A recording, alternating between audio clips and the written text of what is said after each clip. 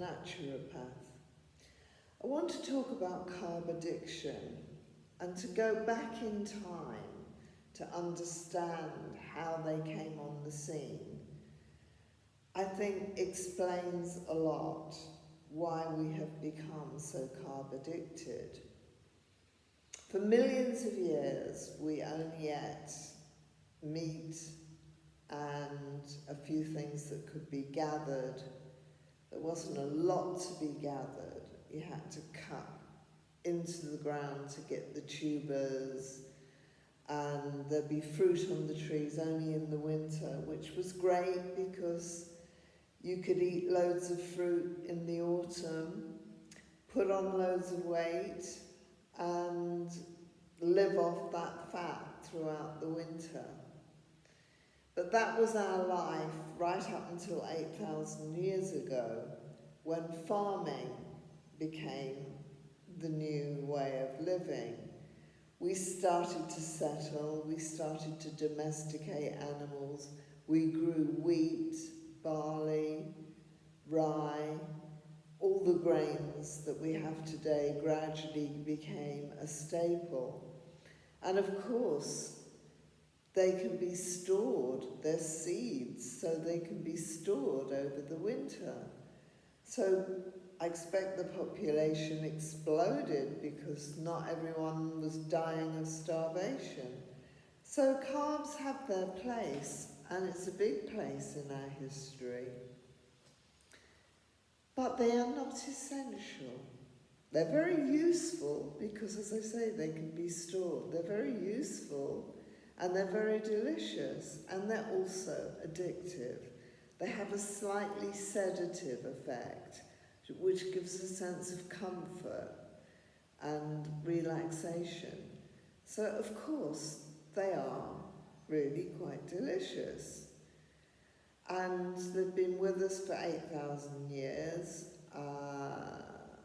I can't say that they've improved our health very much, not according to anthropologists who have looked at the skeletons of the Neolithic and the Paleolithic, and the skeletons of those who have been in the last 8,000 years. And it looks like our bones were in better shape and our teeth were in much better shape. But nevertheless, grains have been with us for the last 8,000 years. But they are not essential to the body, as witness all the people who eat no carb. You don't have to go low carb, you can go no carb. I'm always no carb in England. I don't eat any carbs at all, and I feel so much better for it. So let's just look at this carb addiction. I remember one of my clients, she just said it would be completely impossible for her to give up bread. So, yeah, I can understand that there is an addiction. And if you really do feel you've got to have carbs in your life, life is not worth living. She virtually told me life would not be worth living without bread. So I suggested that she just chew it really thoroughly and slowly so that she ate less and tasted more, because actually as you chew grains, particularly bread, the taste becomes sweeter, more satisfying, you eat less, and you digest it because grains and carbs are actually digested by the ptyalin in the mouth. So they get pre-digested before they go into the intestinal tract. This is one way of reducing your carb addiction, is when you do eat carbs, enjoy them by all means, but enjoy them by chewing them very, very thoroughly. And don't believe that they are so healthy and so necessary and that they provide lots of fibre. uh, there's quite a lot of evidence to show that fibre is also inessential in the diet. And if you think, oh my God, I'd get really constipated if I didn't have any fibre, in actual fact, people on the carnivore diet, which is 0 carbs, they find that they are regular.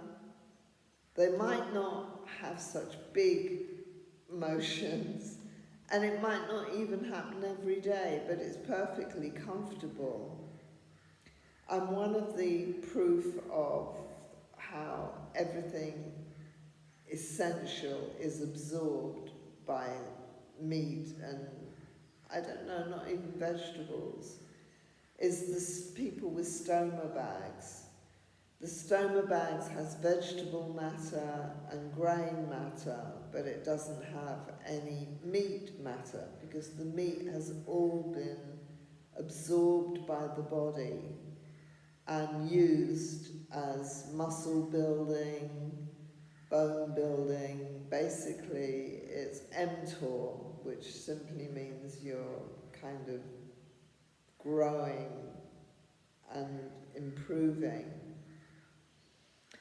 So don't think you have to eat carbs. And if you do use this technique. I'm having to use this technique here in India because the purest food here is the traditional Indian food, which is rice, lots of vegetables, lentils, and the dal that is sometimes made with moringa leaves. I don't know whether you've ever heard of moringa. It's a tree called a drumstick tree or a moringa tree, and the leaves are so nutritious that they are dried, powdered and sold all over the world, and people have reported amazing results from eating moringa. So you get moringa in the dal, you get moringa in the vegetable dishes. So it's all really healthy food. But the rice, I have just a small handful of rice because I have a weight problem. In fact, I'm putting on weight at the moment, so I'm more sort of inspired to do this video because I'm going to have to use the long chewing of the rice. The vegetables as well should be chewed. I mean, the dal doesn't have to be chewed, but it does get chewed with the rice. But really, chewing slowly and thoroughly, it does mean you take a long time to eat your food, but it does mean that it's pre-digested, it's less likely to cause an insulin spike, and you don't eat as much. And also you get the signals, the leptin cycle, the fat cells telling the hypothalamus, we've had enough, thank you very much, I'm full. And this can happen much, much earlier if you chew your food really thoroughly.